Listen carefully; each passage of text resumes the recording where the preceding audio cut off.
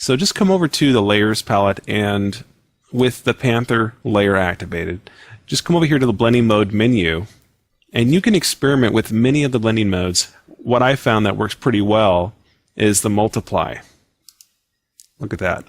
And also the Soft Light, which also works very well. And you can also maybe get away with Hard Light, but it's a little bit harsh.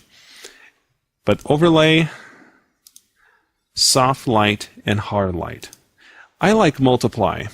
It always seems to be a little bit dark when I select Multiply, but what I can do is hold down the Alt key and come down to the bottom of the Layers palette, click on the new Create Adjustment Layer button right here, and I can select Contrast. And by the way, on the Mac, that's the Option key, Alt on the PC.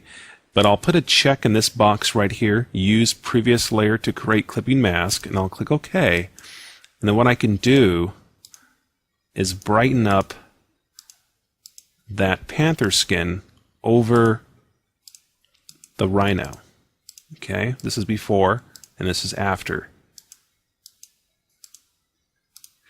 But what we're going to want to do next is erase away some of the areas that we don't want inside this image here. You can see that we have some of the Panther skin going over in the grass, and it's areas that we don't really want it to be. So let's click on the Panther layer and then make a layer mask on this layer. So come down right here and click on the Add a Layer Mask button, and you should see a little white box there next to the thumbnail on that layer. And then over here on the toolbar, select the Brush tool, and with a black foreground, if it is black, if not, you can just press the D and X keys on the keyboard and flip back and forth between white and black. But I'm going to keep that black, and then what I'll do is paint on the image. But before I do that, I think I will increase the opacity of this brush to 100%. So just make sure that's set to 100% and zoom in if you need to. And I'm going to come in here and just erase away some of these areas that I don't want, just like this.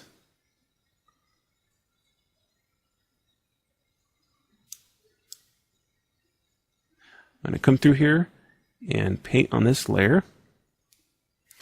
And because we did select Multiply, it does blend the two layers together very well. And so just this alone saves you a lot of time. But you can see that I can erase away. There's still the backgrounds of these two images are still blending together, so we can erase that background out of there too if we want to. That way we just have the Panther skin only. But more importantly though, you just want to look or just cruise around the image here and look for any of the Panther skin that is going outside of the Rhino.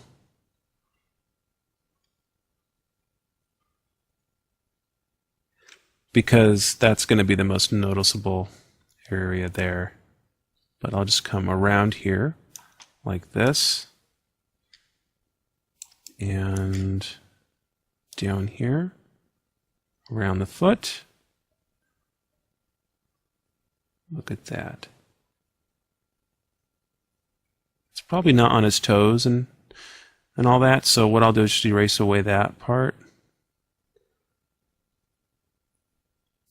And if you get really close, you'd be surprised. You'll see a lot of other interesting things here going on. Look at this. Finding the right images is probably the hardest part. Because once you have that, the rest is pretty easy to do. But the biggest thing about this is the liquify command and blending these two layers together so we can blend the skin. The rest is just coming in here and touching things up. But I'm going to show you a few other things you might want to know to cover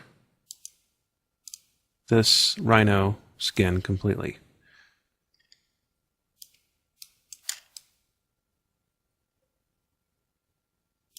Look at that. See how if we get real close, we start to see stuff that we didn't see before. And we have the panther's ear right here. You can barely see it, but I won't worry about that right now.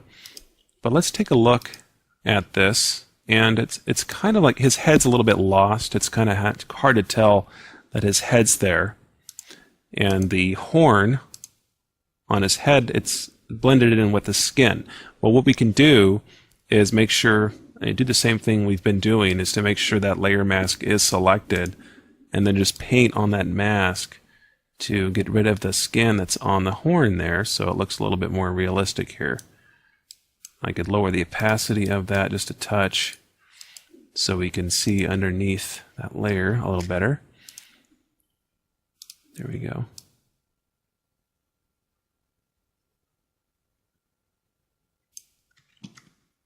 Try that one more time.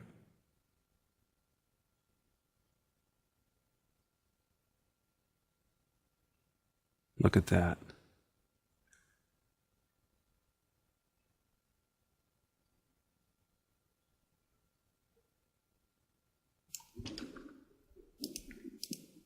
And now you have that horn sticking out there. And I can even do his eye right there. And they have very small eyes, those rhinos. And let's look at his leg right here. We can see we don't have any pattern on his leg. Well, what we can do, let's select the healing brush tool. Healing brush tool might work because we have to make sure that the layer thumbnail, the panthers here, are selected on this layer before we do this. But I can hold down the Alt key and then I'll get the little eyedropper tool and I can click where there is a pattern, such as over here, and then bring it over and then add the pattern to his leg. Just like this. Now, if this is not strong enough, what you can do is use the clone stamp as well. Over here, clone stamp. Because it looks like to me, yeah, this is going to work a little better for us.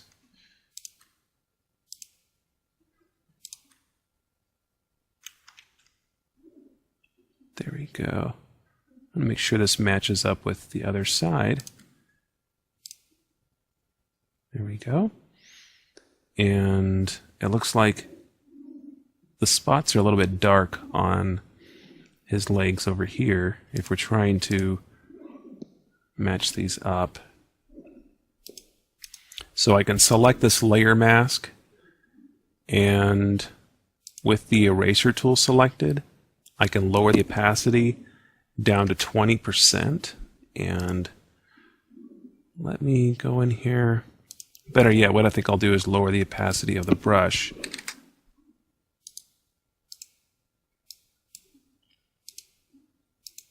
Yeah, this is going to work better. So if I use the brush instead of the eraser with an opacity of 20%, I can just gradually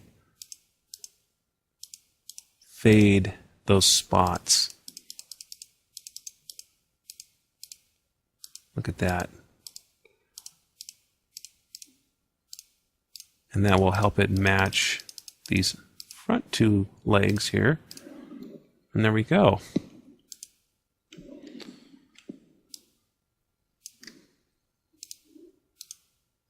And we can patch up this spot right here. We can add some spots to his head. I can make that invisible and you can see what's going on there.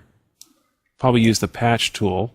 Well, I can make sure that the panthers are selected here on that layer by clicking on the thumb, and then draw selection around this area here that we don't want, and then I can click in the middle of the selection and then move the selection over an area that I like, or an area that has some patterns that I like, such as right here, and then I'll release the mouse and it will replace that. Look at that. And then I can just come in here with a healing brush and touch up some areas here.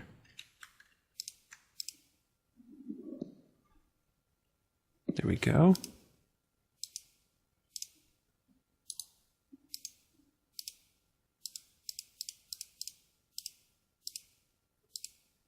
Just going to lighten the pattern in some areas so it's not so harsh there.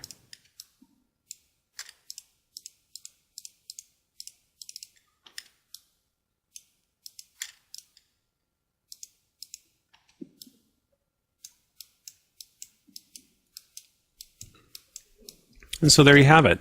Now I was going to use a giraffe or a zebra, but I haven't used a panther yet, so I decided to use a panther. And we can also get interesting results if we invert the layers, you know, something like this. Of course, we can see all the areas that we have not erased away yet on the panther layer, but that's okay. That's something easy we can do. But invert that back to the way it was. There we go. And I can hold down Shift, and I can create an adjustment layer, hue and saturation adjustment layer, and we can change the color of this, and we can do all kinds of things. But that's a basic way on how we can swap the skin from one animal and place it over the other. So again, this is just something fun that you can share with your family and friends to impress them and make them wonder, how did you do that? But hope you found it helpful, and we'll see you guys on the next video.